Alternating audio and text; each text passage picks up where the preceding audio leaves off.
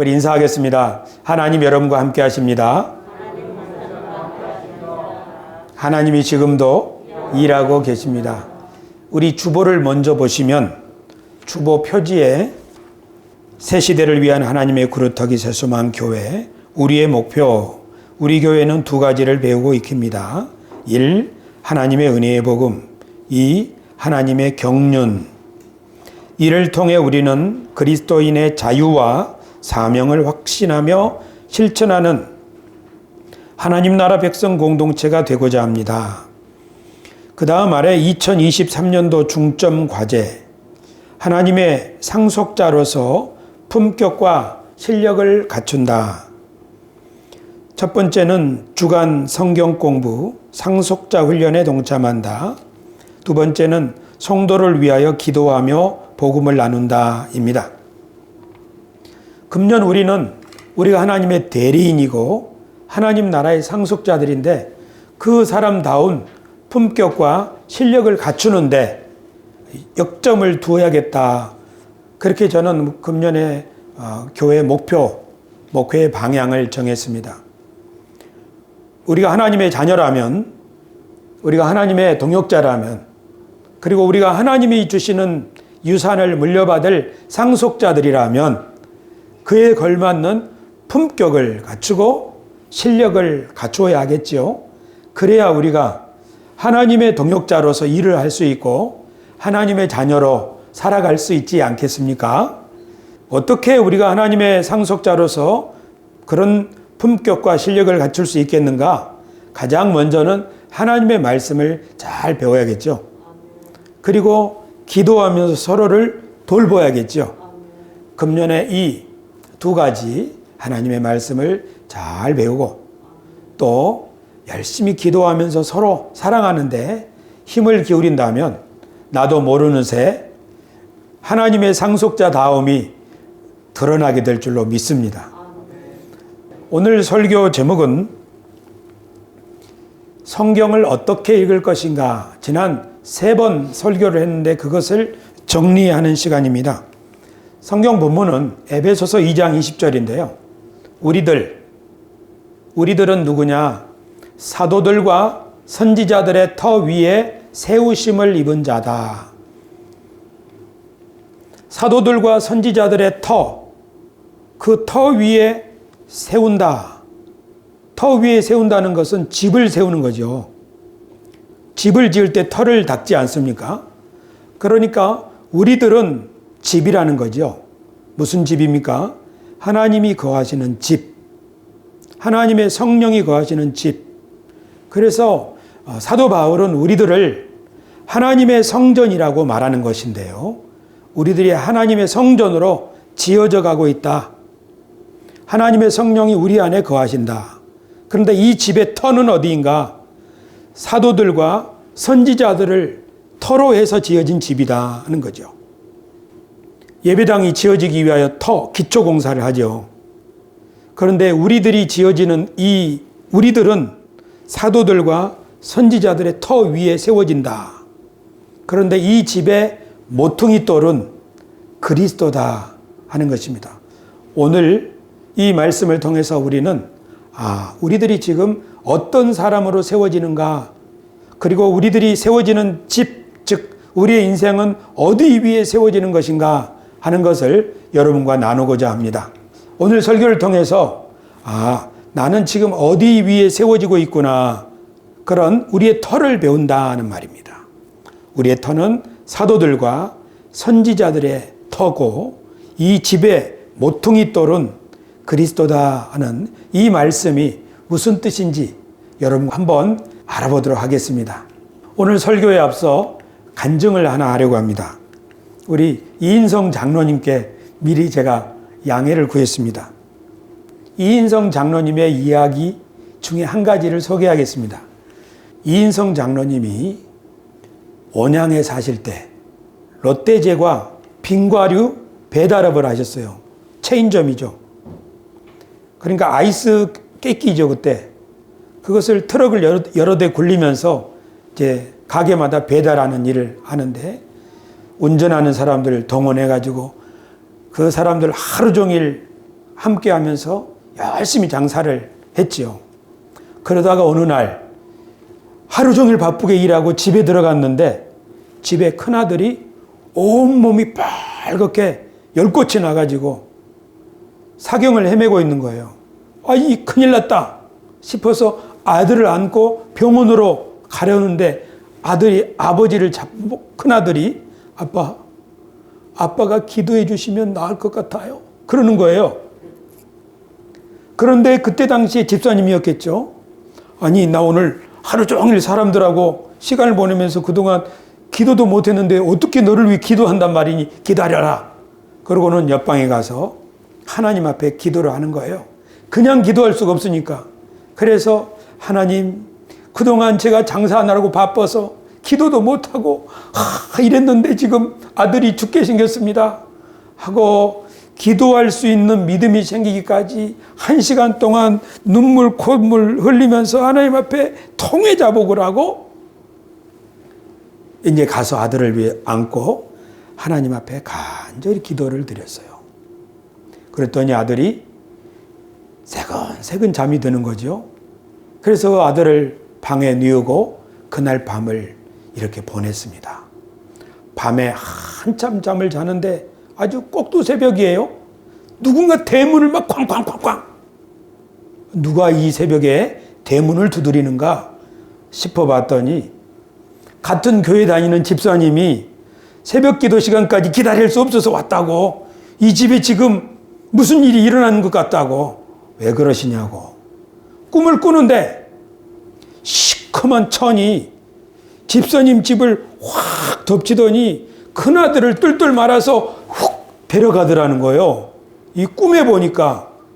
그런데 그 꿈이 너무 선명해가지고 이 집에 무슨 일이 있나 보다 하고 지금 뛰어왔다는 거죠. 그런데 그때 장은하 권사님, 또 집사님이었겠죠. 잠에서 일어나가지고 나도 방금 꿈을 꿨는데 이상한 꿈이라고. 창문으로 시커먼 천이 우리 아들을 탁 싸가서 가려고 싹 들어오더니 스르르르르 나가더라는 거예요. 그 이야기를 들으니까 이인성 집사님 당시에 어떤 생각이 들겠어요? 아들, 큰아들. 그래서 얼른 그 방에 들어가서 아들을 본 거지요. 근데 아들의 온몸에 피었던 그 열꽃이 깨끗이 사라지고 새근새근 자고 있는 거예요. 할렐루야. 하나님이 나 같은 사람 기도도 들어주셨구나. 또 우리 집에 이런 일을 우리 교회 집사님에게 보여주셔가지고 우리에게 하나님이 살아계시다고 하는 증거를 보여주셨구나. 제가 이 장로님하고 대화를 많이 나누면서 여러 간증을 들었는데요. 이 간증이 제일 기억에 남아요.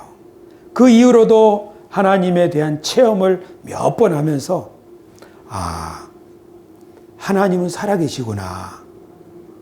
하나님의 말씀은 진리로구나 하면서 매일 성경을 읽고 기도하고 이렇게 하나님 안에서 확신 가운데 살아가고 있습니다. 할렐루야.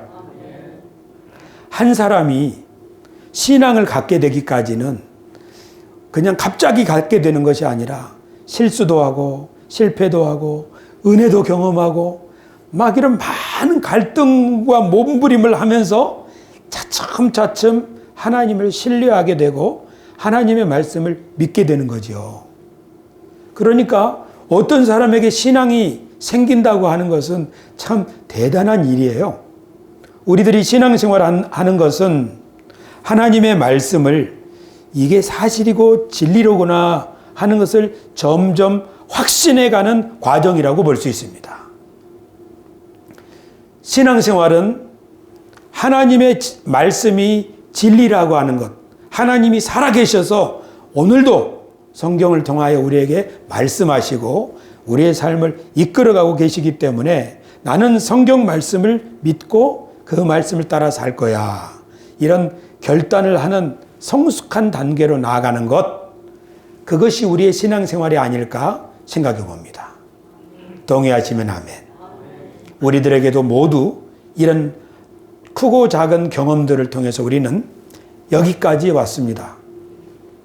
그래서 우리는 성경을 통하여 하나님을 의지하고 하나님을 신뢰하게 되는 거지요. 그런데 이 성경을 쓴 사람들도 우리처럼 많은 고난과 환난을 겪으면서 하나님을 만난 사람들입니다. 성경을 쓴 사람들도 조상 대대로 하나님을 믿고 살아온 이스라엘 백성들이었습니다. 그런데 이들이 큰 환난을 겪었습니다. 여러분, 하나님을 잘 섬기는 아브라함의 자손이 나라도 잃고 저 먼 나라에 포로로 끌려가서 사람이 돼 사람 대접을 못 받고 고생을 할 때 거기서 하나님의 백성들이 어떻게 기도하지 않을 수 있겠습니까?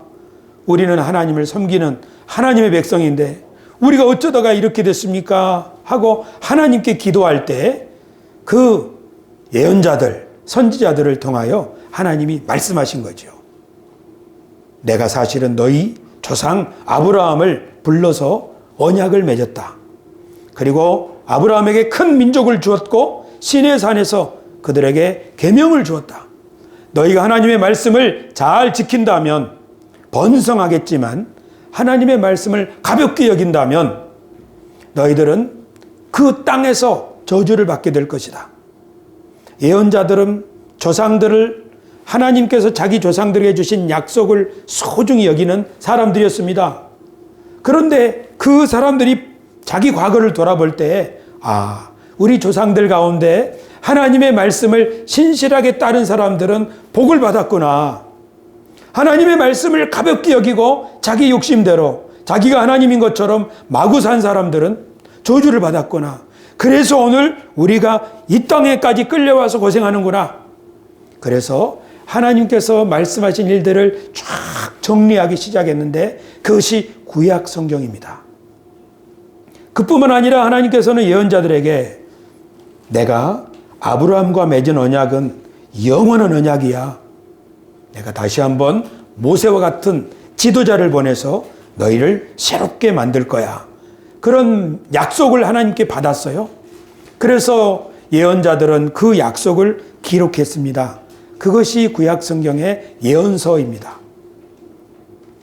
이렇게 하나님의 백성들은 조상 대대로 내려온 하나님을 믿는 신앙을 자신의 삶 가운데 소중하게 간직하고 하나님께서 우리들을 통하여 즉 아브라함의 자손을 통하여 천하 만민을 복주시고 온 세상 사람들의 머리가 되게 하신다고 하는 그 약속을 소중하게 간직하고 있던 사람들입니다.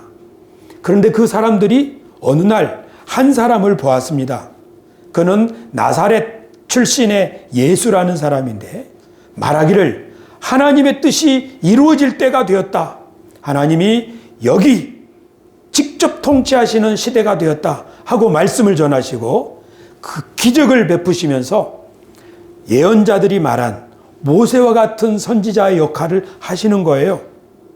그래서 수많은 사람들이 이분이 바로 그 예언자로구나 하고 예수님을 따랐습니다. 하지만 하나님을 진심으로 섬기기를 원치 않는 지도자들에게 예수님은 십자가에 못 박혀 죽으셨죠. 예수님의 제자들은 예수님의 죽음 앞에서 갑자기 길을 잃어버린 사람들처럼 방황했지만 예수님이 사흘 만에 다시 살아나셔서 그들에게 죽은 자 가운데서 다시 살아나는 증표를 보여주셨을 때 그때 비로소 예수님의 제자들, 예수님의 사도들은 과연 하나님이 우리들에게 메시아를 보내셨고 이 예수님을 통하여 우리들을 새로운 하나님의 언약 백성 삼으시는구나. 오래전부터 약속하신 하나님의 약속이 예수님을 통하여 드디어 이루어지기 시작하는구나. 모든 사람은 태어나면 죽는데 죽고 나면 다시 살아나는 일이 없는데 예수님이 죽은 자 가운데서 다시 살아남으로써 하나님이 모든 것을 새롭게 하시고 완성하시는 일을 드디어 새로운 창조를 시작하셨다는 것을 확신하게 되었어요. 그래서 예수님을 믿고 예수님을 따르는 사람들은 혈통을 따르지 않을지라도 믿음으로 아브라함의 복에 동참하는 자들이 된다는 것을 깨달았어요. 그래서 이 사도들은 예수님의 이야기를 기록하고 교회의 편지를 쓰면서 우리들이 그동안 전해받은 예언자들로부터 전해받은 아브라함의 언약, 예언자들이 하나님께 약속을 받은 그 모든 언약들이 예수님을 통해서 이루어졌고 이제 예수님을 믿고 따르는 우리를 통하여 이 일이 완성될 거야. 그렇게 사도들의 쓴 글은, 편지들은, 예수님에 대한 이야기들은 구약 성경의 예언자들의 이야기와 함께 연결이 되어서 우리가 지금 읽는 성경이 되었습니다. 사도 바울은 이 사실을 이렇게 설명했습니다. 교회는 사도들과 선지자들의 터 위에 세우심을 입은 자라. 선지자들이 무엇을 바라보았습니까? 아브라함부터, 아니 저 아담부터 하나님이 한 사람을 택하셔서 세상을 복되게 하시고, 노아를 택하셔서 세상을 복되게 하시고, 아브라함을 택하시고, 이스라엘 택하시고, 그리고 장차 세상을 새 하늘과 새 땅을 만드신다는 약속을 주셨는데 그 하나님이 반드시 그 약속을 이루실 것이라고 하는 구약 성경을 기록했죠. 그 선지자들의 믿음을 그대로 이어받은 사도들이 이 선지자들의 약속, 선지자들을 통해서 하나님이 주신 약속이 예수님을 통하여 이루어지기 시작했습니다. 그리고 우리들이 그 약속을 새롭게 이어받은 사람들입니다.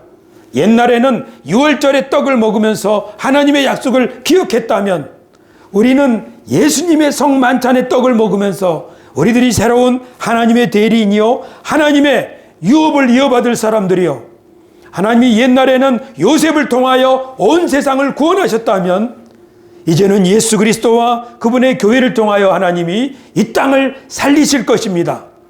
하나님이 교회를 통하여 온 세상에 복을 주실 것입니다. 우리가 그 일에 동참하는 사람들입니다. 그런 믿음의 약속을 담은 글을 썼어요. 그래서 예언자들과 사도들은 사실은 똑같은 믿음을 가지고 있습니다. 어떤 믿음인가요? 그 믿음은 하나님이 이 세상의 주인이시고 또 그 하나님이 대리인, 즉 아브라함의 자손을 부르셔서 이 세상의 머리가 되게 하시고 이 세상의 모든 만민에게 복을 주시는 일을 하시는 그 자신의 일꾼, 자신의 동역자, 자신의 상속자, 자신의 아들들, 그들을 삼으시는 분이라고 예언자들이 믿었죠. 사도들도 믿었죠. 사도들은 예수님을 통하여 이제는 혈통을 입지 않아도, 아브라함의 혈통을 받지 않아도 예수님을 믿는 사람은 유대인이나 이방인 할 것 없이 다 아브라함의 복에 동참하는 것이에요. 그 말씀을 받은 거예요. 그래서 예언자들이 하나님의 약속을 믿고 하나님의 새 창조를 소망한 것처럼 사도들도 하나님께서 예수 그리스도를 통하여 그 말씀하신 바를 이루기 시작하셨고 이제 예수 그리스도 안에서 천하 만민이 다 주께 돌아오라고 초대하시고 예수님께 돌아온 사람들을 통해서 세상을 고치기 시작하셨고 그리고 마침내 완성하실 것인데 주님이 오셔서 그렇게 하실 거라는 거죠. 그러니까 지금 교회에 있는 우리들은 예언자들의 믿음, 사도들의 믿음, 그 믿음의 터 위에 세워져 있는 거예요. 어떤 믿음 가운데 서 있는 거냐? 하나님이 이 세상의 주인이시다. 그리고 하나님이 이 세상을 새롭게 하신다. 하나님이 이 세상을 주관하신다. 누구를 통해서? 자기 백성을 통해서. 그들이 바로 이스라엘이고 그들이 바로 예수 그리스도를 믿는 우리들인 줄로 믿으시기 바랍니다. 할렐루야.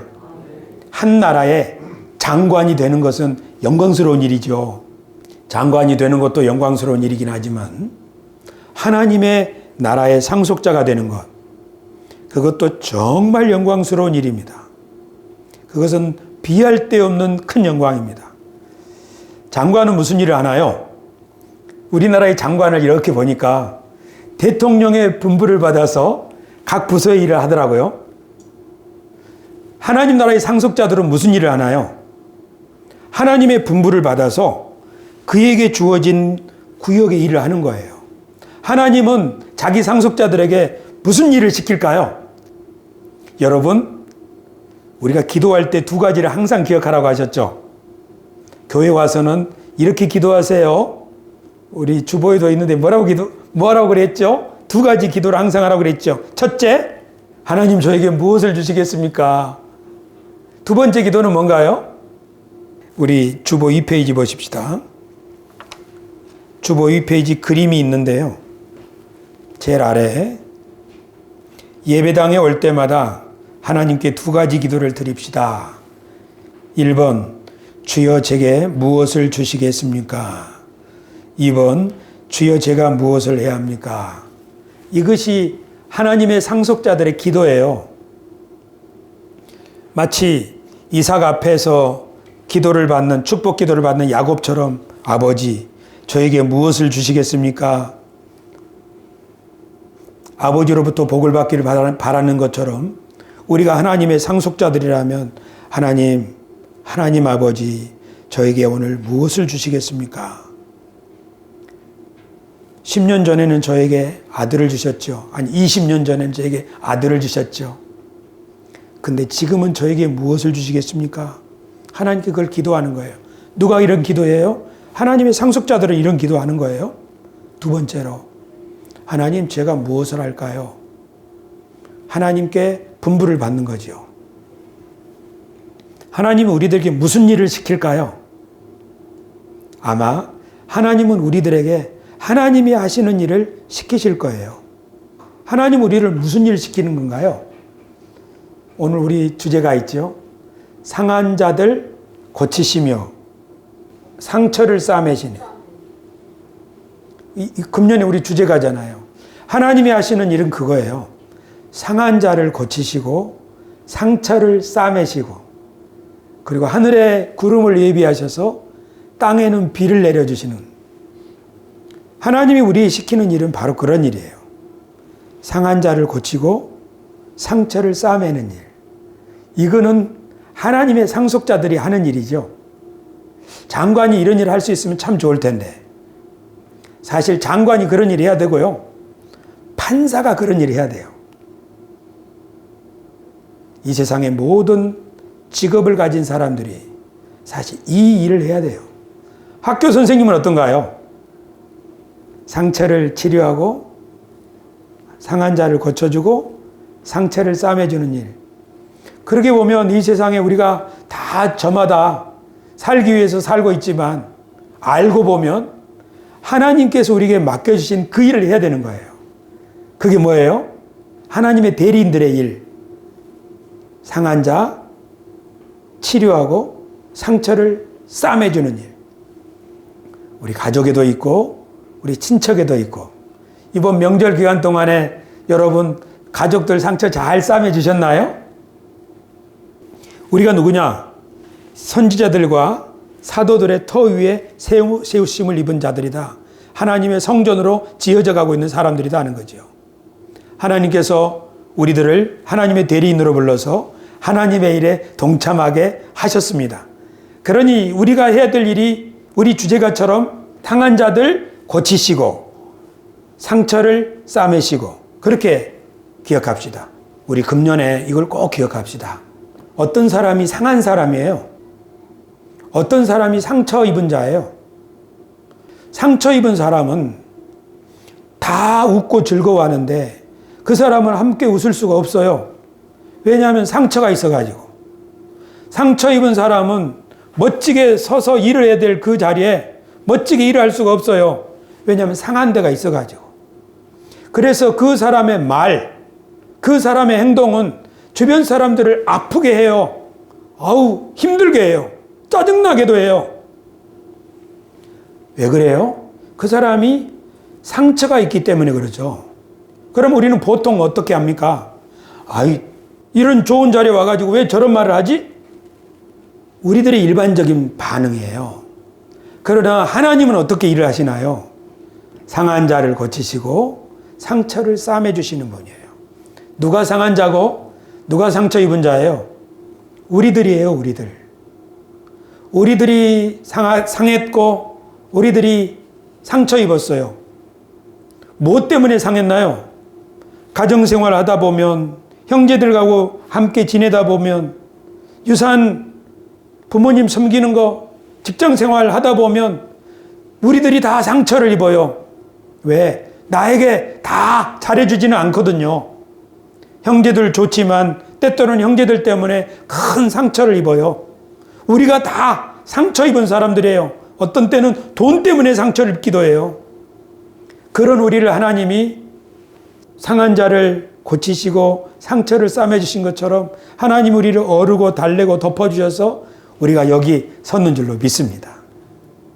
그래서 우리한테 뭐 하라는 거예요? 내가 하는 일 너도 해라 하고 머리에 왕관을 씌워주시고 우리에게 성령으로 기름 부어주셔서 너는 내 아들이다, 나의 상속자다 그러는 거죠. 이게 우리들이에요. 그런데 우리들이 하나님이 거하시는 처소, 성전으로 지어져서 움직이는 성전이 되어가지고 가는 곳마다 그 일을 하는 거죠. 원래 이 일을 하셨던 분이 바로 예수님이죠. 그래서 사도 바울은 말하는 거예요. 그리스도께서 모퉁이돌이 되셨느니라. 모퉁이돌 한번 따라해 주십시오. 모퉁이돌. 여기 모퉁이돌이란 말이 있는데요. 우리나라는 건축을 할 때 모퉁이돌이 중요한 게 아니고 상량이 중요해요. 상량. 상량이 뭐예요? 우리나라 이 집을 지을 때 이 대들보를 세우고 가장 중심에 기둥 위에다 올리는 큰 나무. 거기다 또 한자로 써가지고 하죠. 그게 집의 중심이래요. 집의 크기는 그 대들보의 크기가 결정하죠. 우리나라 집들은 그게 중요해요. 근데 저 중동의 집은 그렇게 대들보를 세우는 게 아니고 벽돌을 세워가지고 집을 세우기 때문에 제일 첫 번째 돌이 중요해요. 그 첫 번째 돌이 바로 모퉁이 돌입니다. 여기서부터 시작하는 거예요. 여기 기퉁에 있는 이 돌이 모퉁이 돌입니다.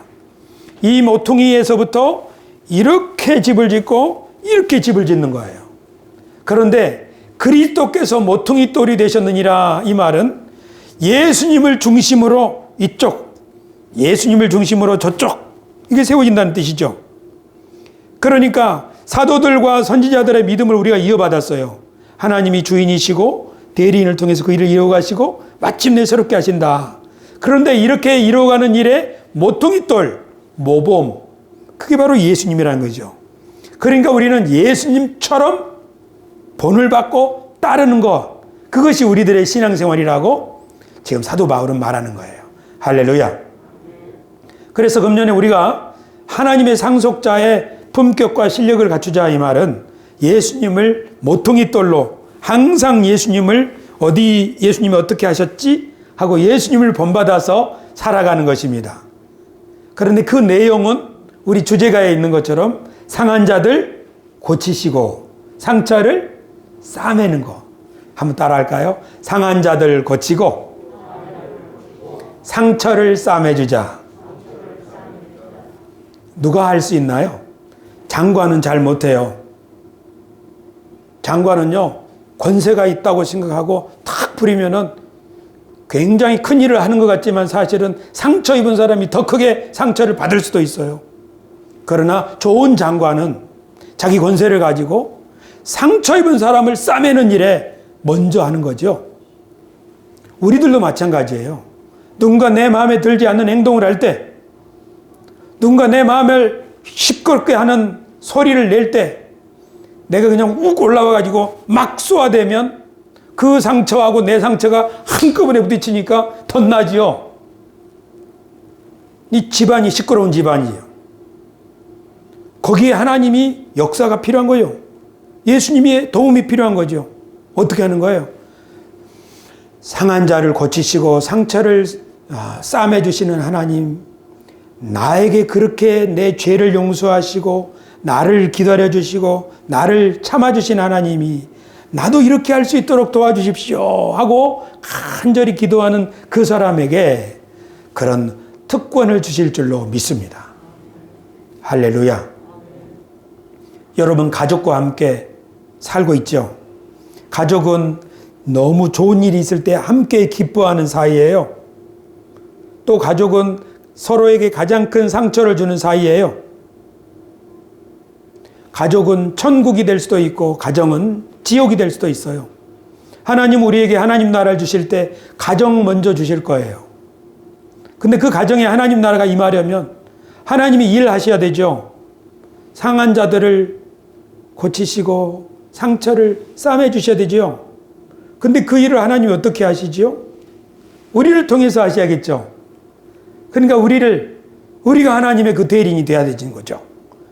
어떤 사람은 가정을 먼저 잘 싸매고 또 힘이 남으면 직장에 가서도 그 일을 할 수 있을 거예요. 그리고 더 힘이 남은 사람은 더 넓은 곳에 가서도 상한 자들 고치고 상처를 싸매주는 하나님의 대리인이 될 수 있습니다. 그것이 우리가 할 일인데요. 그래서 이 기도 제목을 가지고 기도하는 거죠. 하나님,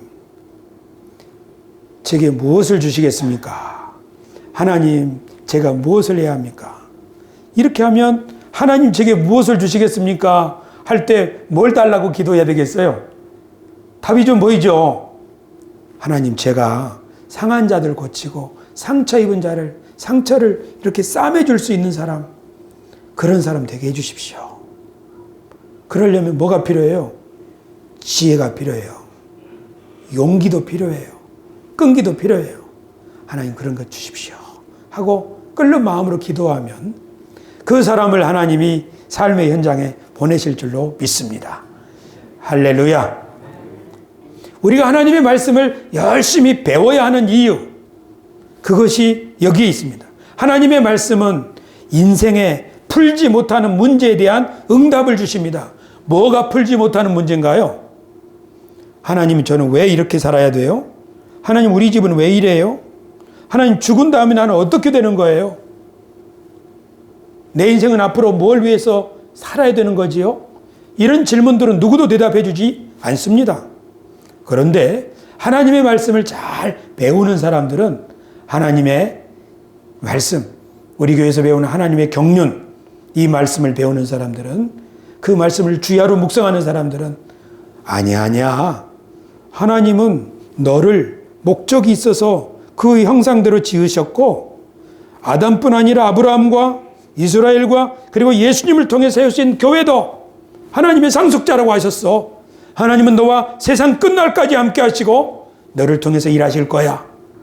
하나님께서 우리 세수만 교회 주시는 약속의 말씀인 줄로 여러분 믿으시기 바랍니다.